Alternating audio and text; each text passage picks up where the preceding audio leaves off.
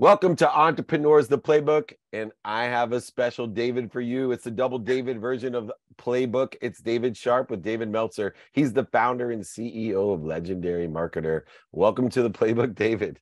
Hey, what's going on, brother? How are you, man?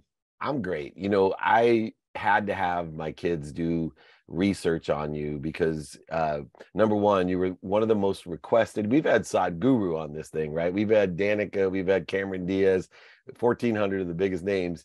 And I Yeah. sent out a survey, and you were one of the most requested people to be on the playbook. And so Wow, that man. indicates to me that you must know a playbook to success about things that people are interested in. And as we did more due diligence, profitability, starting a business seemed Yeah. to be at the forefront of people's minds, especially with the accelerated changes that we've had. But you don't come from the typical Wharton background. But No, give no, me a I'm a little bit of a recovering background on where junkie. you come from. I'm a recovering junkie, high school dropout, teenage father. What do they call that? Is that your resume? I got a resume. I got clean in 2008 after a couple of attempts. I was an opiate addict before it was cool to be an opiate addict. Um, and saw a lot of my friends, you know, pass away, and I'm lucky that I wasn't one of them. You know what I mean? Before it came mainstream and started to become an issue all across America, or at least be more kind of talked about. You know what I mean? Drug addiction, mental illness, these are all things that are becoming more socially acceptable. People are able to talk about them more comfortably now. Mostly, I think, because we all realize that it's a little bit closer than we thought it was. It's not us, it might be a family member. So, I got clean in 2008, worked construction with my dad, kind of asked him to help me save my life and get back on my feet. And I met my wife while I was still living in a house with my dad. And and she helped me buy a laptop. I was doing MLMs and a bunch of other stuff, chasing friends and family, putting signs in my yard, putting magnets on my old truck, that I started with a screwdriver and had to hit the solenoid. Sparks would fly, but I tried all the old school stuff. I tried the signs in the yard. I still got one of my favorite props, a box full of business cards because I thought I was slick, I'd stop passing them out because I was too broke to keep ordering more.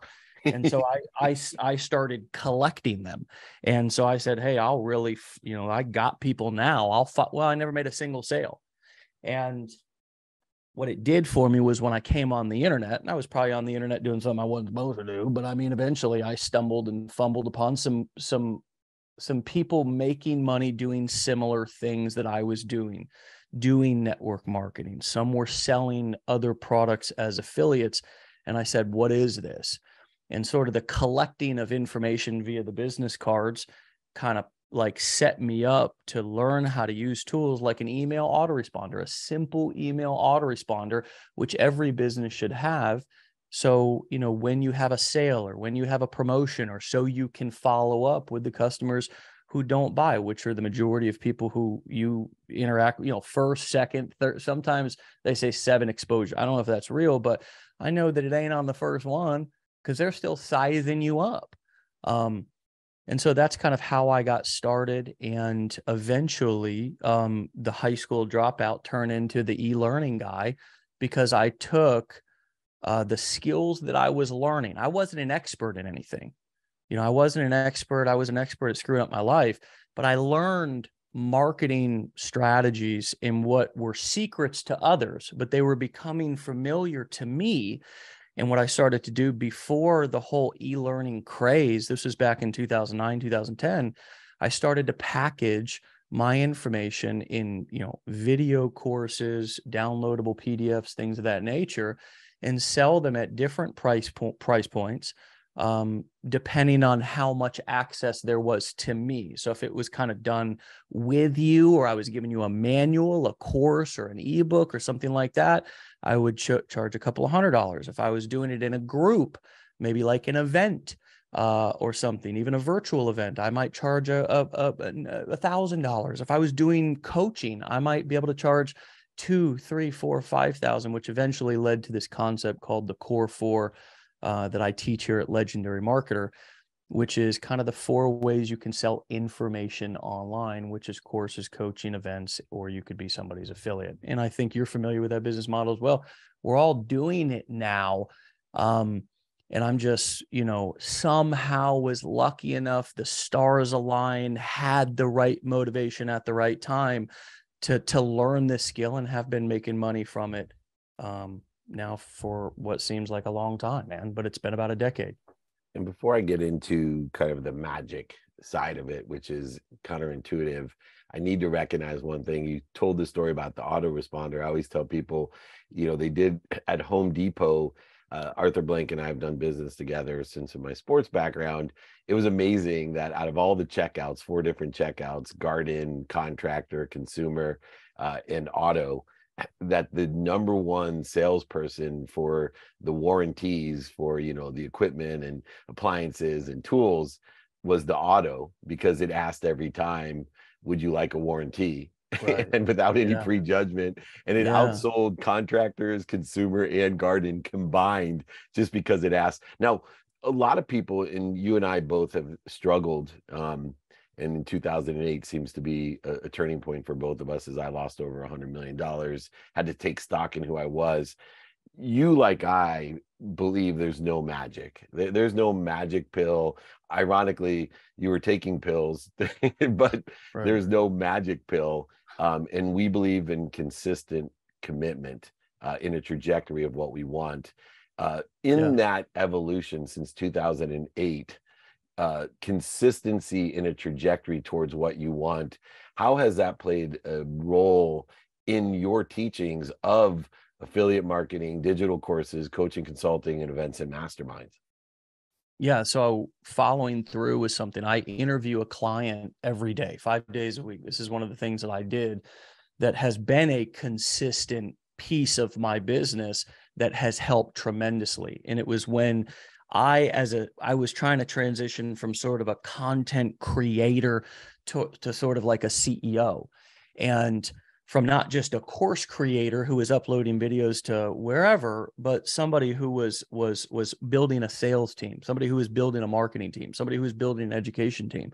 I was like, okay, where do I create content consistently so I'm not a hypocrite? So I'm still doing what I'm teaching. And so when the pandemic hit in March of 2020, I remember sitting with my CMO, Matt, and we were already doing like a daily show, but it wasn't me. And so it was like our students and maybe one of our staff members or a community manager or something. And I decided, with Matt's encouragement, to do it every day, to host it every day. And so you've done, you say 1,500-ish interviews. I've done, in 2 years, I've interviewed one of my clients every single weekday. So I've got my video guy here, Jalen. He reminded me that I've done almost 600 or so the other day. So that consistent action in my business has, at this point, even though I'm 10 years into my career, it's kind of cemented this principle that you brought up, which is consistent action leads to big things. And this year, we made the Inc. 5000 list. We were the 63rd fastest growing privately held education company in America. And one of the big things that we were able to talk about was this kind of marketing piece. One of the things that I think helps us convert customers is that content creation. So it all came from, like that consistent, okay, I'm going to do this every day and it's not going to feel like I'm getting anywhere, or I'm going to have low view counts at the beginning, or it's going to feel awkward, but, and then just do it anyways. And I talked about this on my show this morning. Actually, one of my clients brought it up, that we underestimate what we can achieve in like a year or two, and we overestimate what we can achieve in like a month or two. And I see this with clients all the time. Get in, and it's like, we get, if we're not getting mad about the results that we're not getting from the work that we're not doing, because there's always that group, and I've been that guy too at times, then we're just not giving it time. This process of business, I was just listening to Warren Buffett, which I love, and him and Charlie, Munger, his partner. These guys are in their late 90s and they're talking about long-term, playing the long game. I mean, here's guys who are at the end of the road. They're going to die soon. And they're talking about how like publicly traded companies should eliminate quarterly earnings calls and in earnings guidance because it puts the wrong pressure on the CEOs and the company, and play more of the long game. And just yeah, I'm reminded of that kind of all the time, and that would be an example of a way that I've been consistent in the last couple of years that has massively snowballed and compounded our growth and our success from just like a small. And David, it's helped a guy like me who is bad with structure, is bad with time management and all these kind of things. Like, I've been very successful, but it's because I've worked within, disciplines, or kind of like my wife and I, we have the same schedule every single week. I'm not traveling around the world. I thought that's who I wanted to be as an entrepreneur, spreading, being the man out. And it was like, I would have self-sabotaged. My wife was the greatest thing that ever happened to me because she helped me to kind of learn how consistency, how discipline, how structure, how having a schedule. That's what a CEO does, not be all over the place, never know when he's going to pop up. And that spilled over, David, into my fatherhood and stuff like that as well. And I've had a similar experience. One of the things that I've learned is, you talked about aggregate effect, compound interest, that Munger and Buffett always have taught me throughout the years, that I made an enlightened decision about inner peace. That I believe that without inner peace, without living at ease, we can't have the patience or the vision or awareness required to allow things to aggregate, to allow things to compound. And behaviors compound, as we know, both of us who had bad behaviors when we were young. And, unlike the good behaviors where we want, instant results, bad behaviors, they have the same, it takes the same amount of time for them to manifest themselves or materialize. The problem is we don't think that they're going to have a result, the bad behaviors. And then it's too goddamn late. 2008 comes and we're like, oh shit, I'm going to be dead. And that can really be an awakening. How important is the personal growth, awareness, the inner peace, to being able to be patient enough to live long, to think long, to have that long trajectory of business and personal life? Well, those things are important, but I didn't know what they meant. Those were all just buzzwords that gurus and I heard people talk about. And I always felt that I was doing something wrong, because, and that's what I think the challenge that the sort of unregulated wild, wild west internet, we fall into, toxic people's circles, and they make us feel like we're just not doing it right. If we pay more money, we come to the next seminar, we come to do this, do that. And it's like, what I've realized is that, and this is what I try to talk to my clients about, is that I don't want to be your guru. I don't want to be the person who completes you, who I want to help you to realize that you have everything that you need already inside of you. And that what most likely you need to do is untrain yourself, unlearn, give back generational shame and trauma, and sort of clear ourselves away to where we can actually find out what is important to me. What do I like? What are my strengths? And then it's important to find safe people to go and to consult with. Everybody doesn't have our best interest in mind.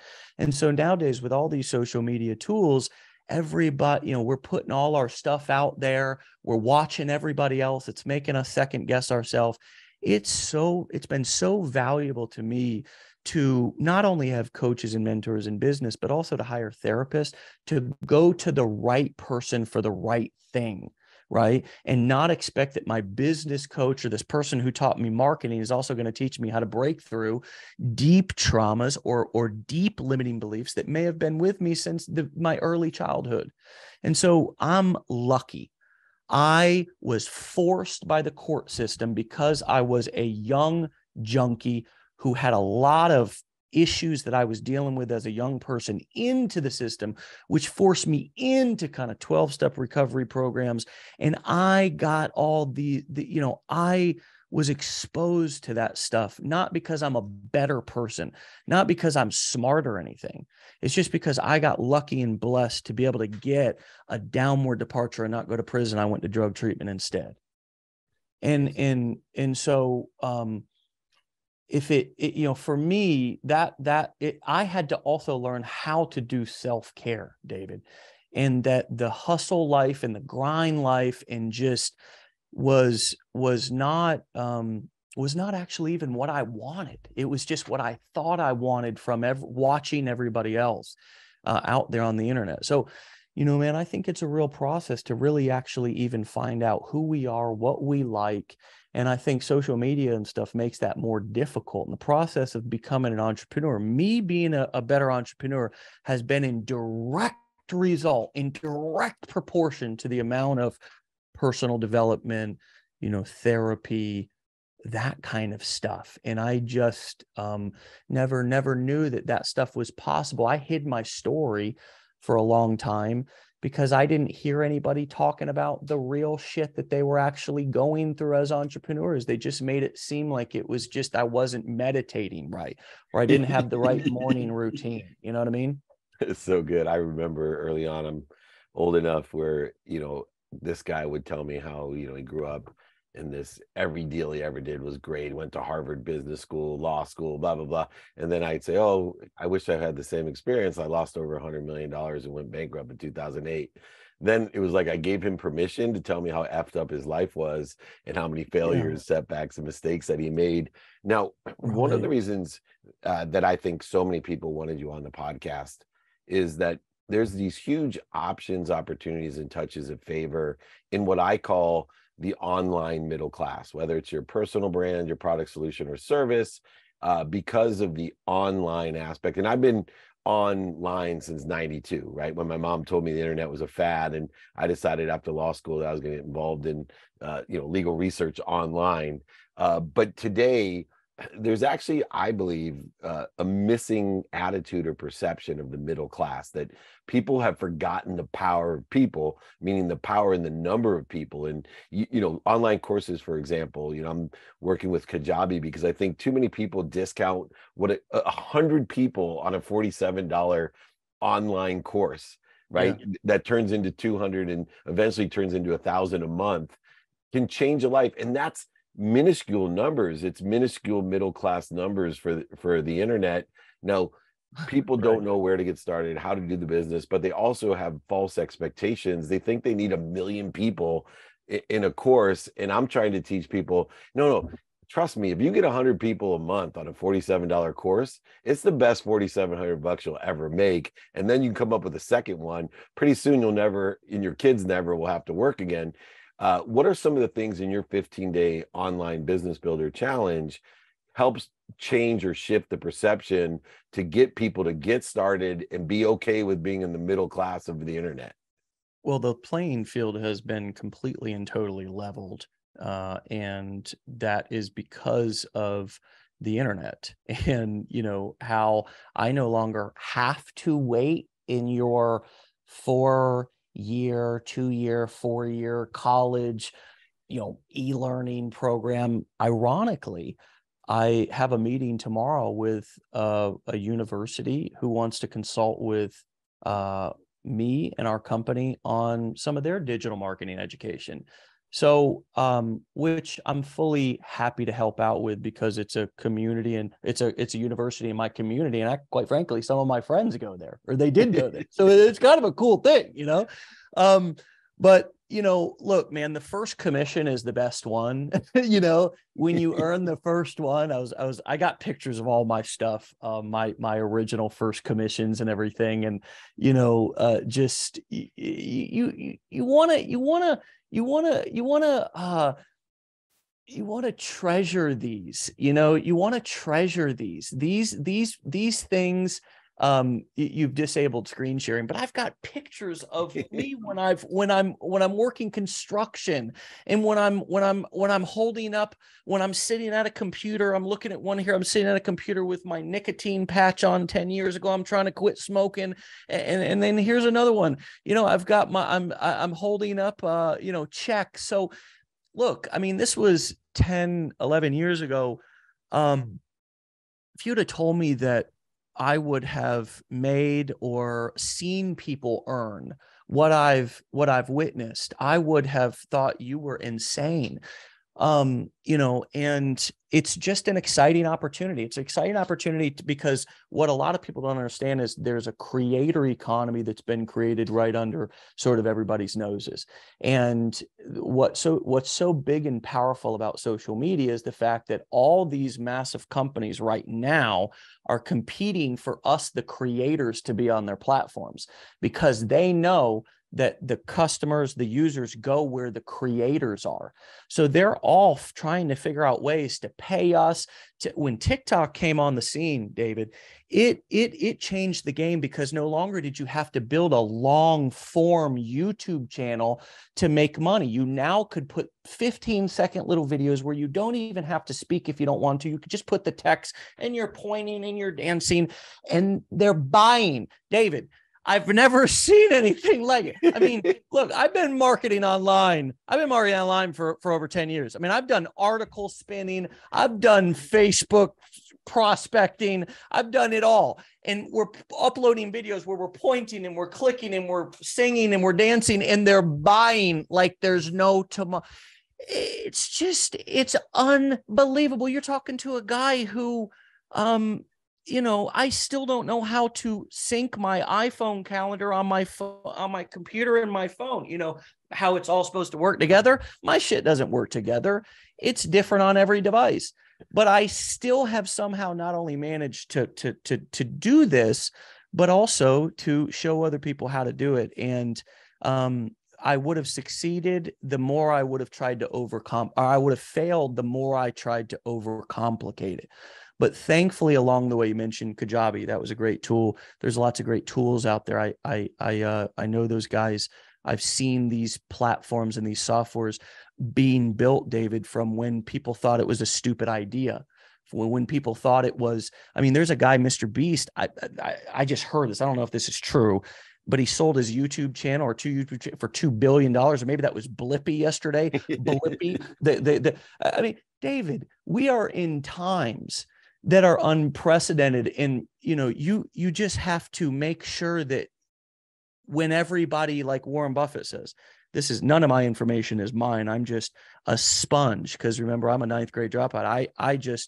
I don't know anything. I just have to listen and learn. And Warren said, when others are fearful, be greedy. And when others are greedy, be fearful.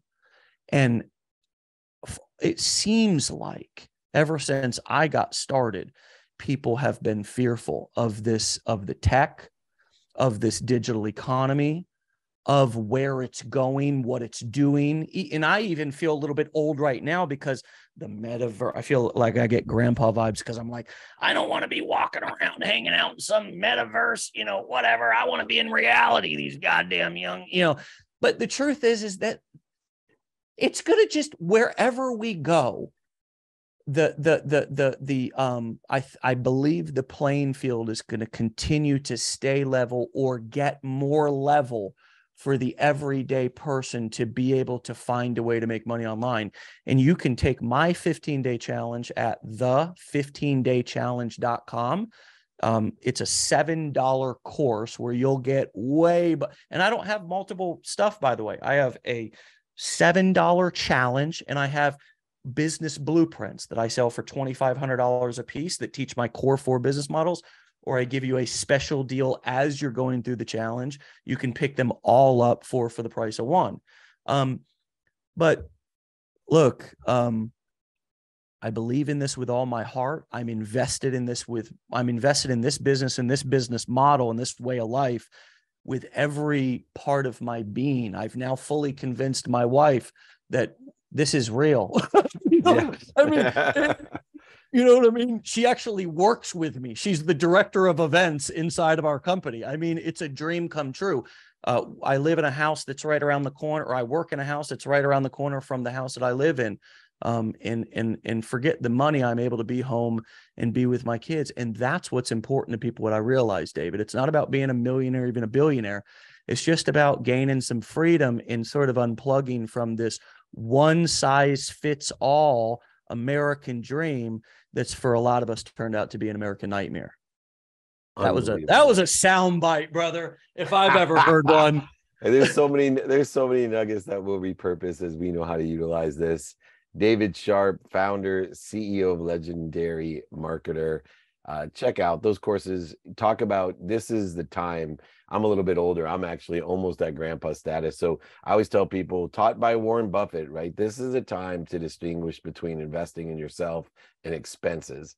And you may like your fancy car, but if you're not investing in things like the challenge, like your 4 courses, you will be kicking yourself a decade from now about the opportunities, options, and touches of favor that were available, because the playing field not only got leveled, but it expanded so far around the world that it included 7.6 billion people. And all you had to do was pick up a couple thousand of them, and you'll never have to work again. You can't find outside of you what you can't find inside of you, is the lesson that I've learned.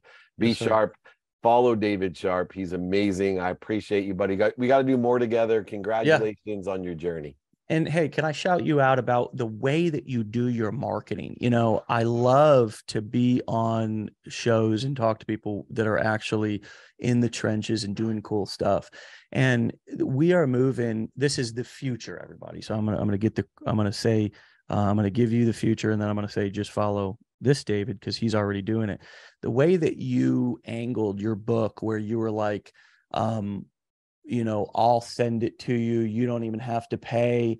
Like, you just, the whole, you know, because there's been a big offer of free plus shipping, and like, you're just like willing to invest in your customer up front. Not only do you understand the metrics of a business, but it's just that goodwill building style marketing is, if you want to win in this, I believe in like 2023 and beyond, it's that, at least for the period of time for the next 12 to 18 months, it's about building relationships with people and investing in them before you ask for their money.